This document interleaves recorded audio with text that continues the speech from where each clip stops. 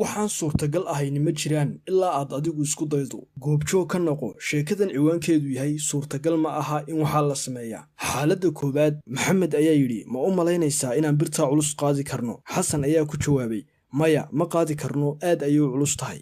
Xaaladda labaad, Sakariya ayaa yidhi, waxaan qorshaynayaa inaan dhaqso shaqo u helo markaan sidaa u qalin jabiyo. Yaxye ayaa ku jawaabay, waad riyoonaysaa, ama la'aantu heerkii ugu sarraysay ayay maraysaa oo qofna shaqo degdeg uma heli karo. Haddii aad ahaan lahayd qof dadkan wada sheekaysanaya dushaa ka arkayay, waxaa laga yaabaa in xaaladda koowaad aad u malayn lahayd in birtaa la qaadayay ay aad u cuslayd. Xaaladda labaadna aad u malayn lahayd in camal la'aantu ay dhibaato aad u ba'an ku hayso waddanka.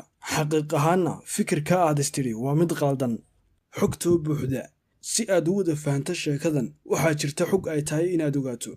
Xaaladii ugu horreysay, Xasan miisaankiisu wuxuu ahaa 40 kilogram oo keliya, weligiina jimicsi hore uma samayn, halka Maxamed uu ahaa nin murqo waaweyn leh oo si fiican u dhisan.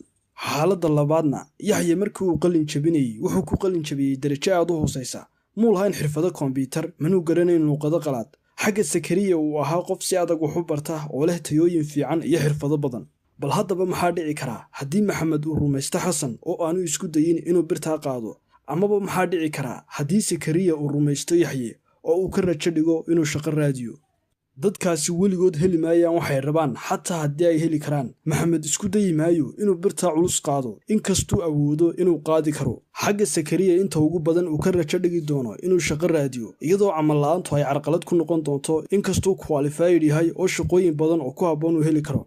Qof kasta wuxuu nolosha ku sharaxaa aragtida uu ka haysto.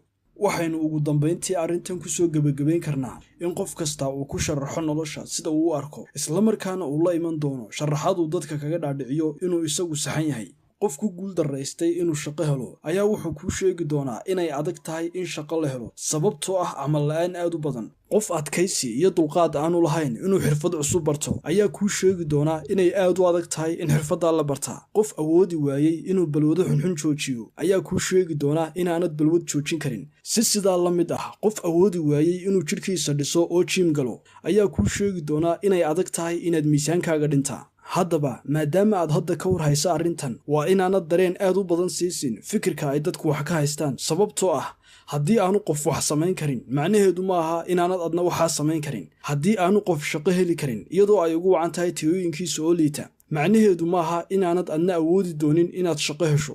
Ka soo qaad in hadallada ay dadku ku odhanayaan ay yihiin fikradahooga u khaaska ah ee ay arrin ka haystaan, balse aanay xaqiiq ahayn. Haddii kale waxaad ku guul darraysan doontaa wax kasta oo ay saaxiibadaa ku guul darraysteen, waxaana dayici doontaa fursado badan oo aad heer sare ku gaari karto. U sheeg qofka inaan si isku mid ah alla idiin wada abuurin, oo aad ku kala duwan tihiin xagga awooddiinna, tayadiinna, xooggiinna, xirfadihiinna iyo daciifnimadiinnaba. Haddii uu isagu wax ku guul darraystana, aanay macnaheedu ahayn inaad adna ku guul darraysan doonto.